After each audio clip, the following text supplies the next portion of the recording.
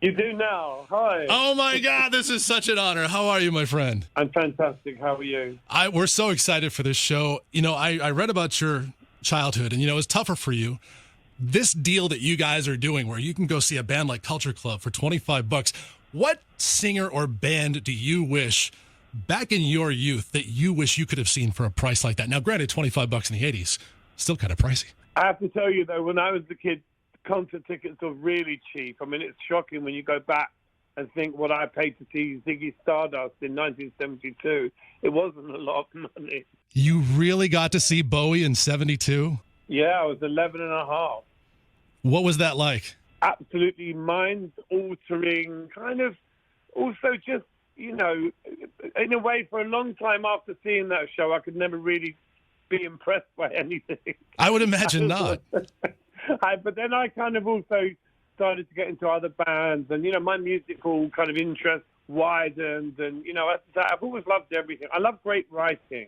Yeah. Whoever it is, whether it's Bob Dylan or Bowie or someone around now, a good song is always a good song. Are you still a workaholic? Well, I don't really, because I don't think of what I do as work.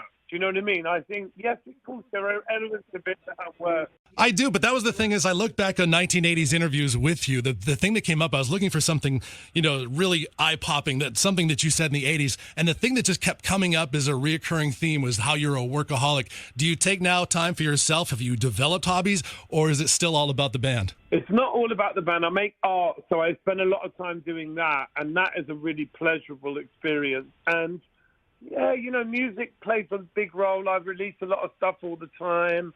I've been putting out tracks for the last couple of years, since the pandemic. Sure. Just putting them out there, writing, kind of exploring, why I write, what I want to say. I'm always looking for that next gem. When you write, you're always looking for that simple song that just kind of, I know this. I feel like I know this song. That's what you're always looking for as a writer, familiarity. Well, July 15th, we can't wait to see Culture Club here. What about the live performing part of the whole thing still jazzes you? I mean, we talked about the writing, but seeing the crowd live and having them sing back the songs, what about that still gets you so excited to still tour? Because a lot of bands just want to stay home now. I think being there is the point, and I think for me, back in the day when I did gigs, everything was a stress. Getting ready was a stress. Yeah. Waiting to go on, doing it was a stress. Everything was difficult because I made it difficult. And the difference now is I feel like I'm in my living room, but I'm obviously dressed up and I'm putting on a show. But the sort of sense of relaxation I feel on stage is really peculiar because I never used to feel that. And I think it allows you to just do a better show because you're not worrying about stuff that isn't really important.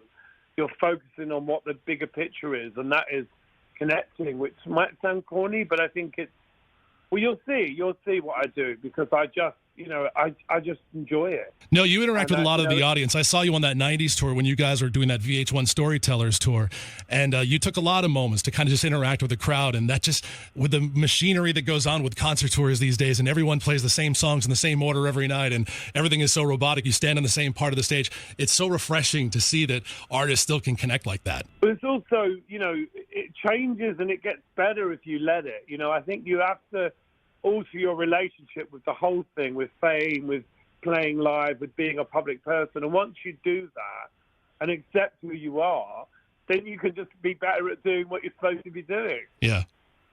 What do you miss about the 80s that we can talk about on the radio? Nothing really. I don't miss the 80s at all because I feel like that sensibility is in everything I do. It was the time where I was really allowed to express myself. And so I look back at it with a lot of fondness. Right. But I also love rock and roll from the 70s and the 50s, Little Richard, Elvis Presley. I love country music. There's so many things that I love, and I just try to embrace them all as a writer and also as a thinking process when I'm looking for lyrics. I always think, that would be a great country title because people come out with these profound things all the time.